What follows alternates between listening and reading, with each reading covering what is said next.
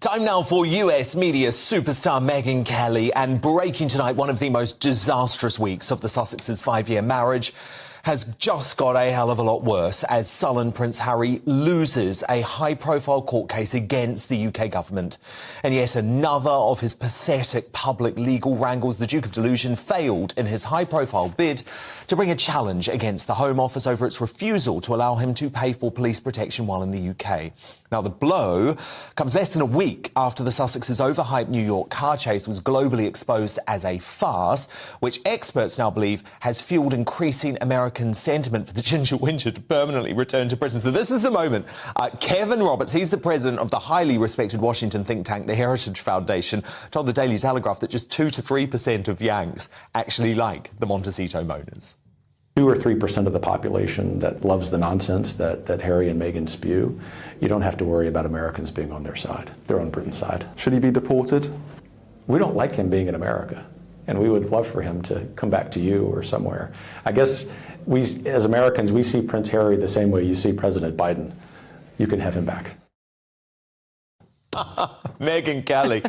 So look, has this fairy tale car chase finally destroyed their reputation stateside, even amongst their previous craven supporters like CNN and the New York Times? It absolutely has helped. It's helped. Even The View and Whoopi Goldberg, these are far left people, are saying this is absurd. What a ridiculous story. You know, I've been thinking about it, Dan. One thing you don't do is you don't mess with New Yorkers and the city of New York, right? You don't come into New York, make up lies about the photographers who work here and make their livings here, and try to paint yourself as a victim when you weren't. This is a city that got knocked down on 9/11, 2001 and lost 3,000 people and went back to work and told everybody, get out the next day, buy a stock, do something to help the city get back on its feet, that had the New York City Marathon with people holding the flag. This is a city that rises up after they've actually been hit and hurt and are wounded. They don't appreciate whiners who, when they're not even hurt, try to play the victim. And that's what these two did. In all the cities in the world, this is the last one they should have done that in, because there's zero tolerance for weaklings in the city of New York, never mind liars. And that's what they are. What were they doing here? Why was she out that night, Miss Princess of Privacy? Because she wanted to accept yet another award from some far-left liberal, Gloria Steinem, supposedly the mother to us all. Oh, unless you actually don't believe in abortion on demand until the 9th month of pregnancy. So she wanted to give Meghan Markle an award, a Vision Award. You know what the award praised? I'll read it to you. They were thrilled to recognize Meghan's strength and resilience, critical to building a better world for our children. Her strength and resilience? What are you talking about? She had her PR people turn a little paparazzi attempt at getting her picture into a near catastrophe, asking everyone to feel sorry for her. She doesn't know the meaning of those words, strength and resilience. I certainly don't want my children looking to her for an example of any of that. So yes, I think she's lost what remaining little left-wing hangers-on she had. I know, because, Megyn, I've been thinking about this a lot over the past week after I heard that ridiculous speech, and I was thinking, what is Meghan Markle's cause? You know, for Princess Diana, it was the plight of eating disorders, specifically bulimia. It was the plight of AIDS victims who, in the 80s, were misunderstood. And later in her life, it was the plight of the landmine. You know, 3 areas where Princess Diana changed the world. What's Meghan Markle's cause? And I thought about it a lot. And actually, it's herself. There is no 100%. Cause apart from Meghan Markle. That's exactly right. And what they say in the speech was her status as a cultural catalyst based on her core belief that representation matters. That's what? Huh? What does it mean? What does it mean? I have no idea. Her belief that she ought to be in more movies and more places, getting hundreds of millions of dollars while they complain about their castle being too small and about Harry's security not being exactly what he wants it to be. All of it is about entitlement. There, I rewrote it for you, Gloria Steinem. That's what she's actually about, entitlement. And him too.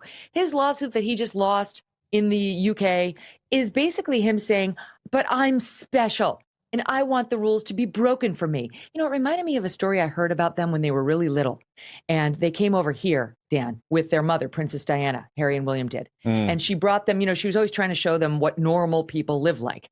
And she brought them into a restaurant, and they were looking at the menus, and there were specials on the menu. And one of the kids, I think it was Harry, looked at her and said, "Are these because we're here?" And it was a cute story. She said, "No, no, specials, everybody gets specials. It's not about you." Honestly, she needed to keep saying that to him. He still needs somebody to say that to him. It's not about you. It's not about how special you are. You actually just have to work. You're going to have to pay the money for the same security that Beyonce gets when she comes over here. She's a far bigger star than you are. And it plays into we want the photos that the paparazzi took of us. No, you're not entitled. That's not the way it works here. And while he may be English, she's American, and she knows very well the property over here belongs to the person who takes the photograph, not to the whiner who just wants to make sure her makeup looked perfect in it. Absolutely. And we always warned them this was the consequence of leaving. Megyn, it's 5 years since this couple got married. The Daily Telegraph revealed at the weekend that Harry is now regularly staying away from the Montecito mansion, which has 16 bathrooms, in some little hotel down the road.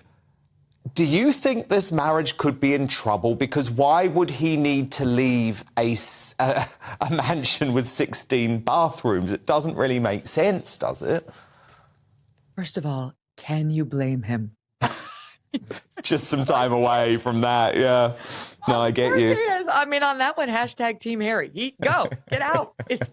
It's just a matter of time. We all know that. I predict. I mean, I think we're probably under 7 years for the length of this marriage. That's just my, back of the envelope calculation. Because look, she's miserable. She's been miserable her whole life. This claim isn't just another celebrity prediction. It taps into a much larger narrative that has followed Meghan Markle and Prince Harry. From the very beginning, the idea that their relationship is under constant pressure from both internal and external forces. What makes this moment different is not the prediction itself, but who is making it, and how confidently it's being framed as inevitable rather than speculative. When Megyn Kelly makes a statement like this, it's important to understand the role media personalities play in shaping public perception. This isn't just commentary, it's narrative construction. Strong, definitive language like "it's just a matter of time" transforms opinion into something that feels like insider knowledge, even when it's not backed by direct evidence. In modern media, certainty often spreads faster than nuance, and that's where these kinds of claims gain traction. The idea that Megyn is miserable isn't new. It's a storyline that has persisted across interviews, headlines, and public debates. But here's the deeper question. Why does this narrative stick? Part of it comes down to expectations. Megyn entered the royal family as an outsider American, independent, and already established. That contrast created a long-standing tension between tradition and individuality. So when people hear claims about dissatisfaction, it fits an already familiar storyline whether or not it reflects reality. What do you think? Is this a realistic prediction or just media speculation taken too far? Don't forget to like, subscribe, and join the conversation because this story might be far from over.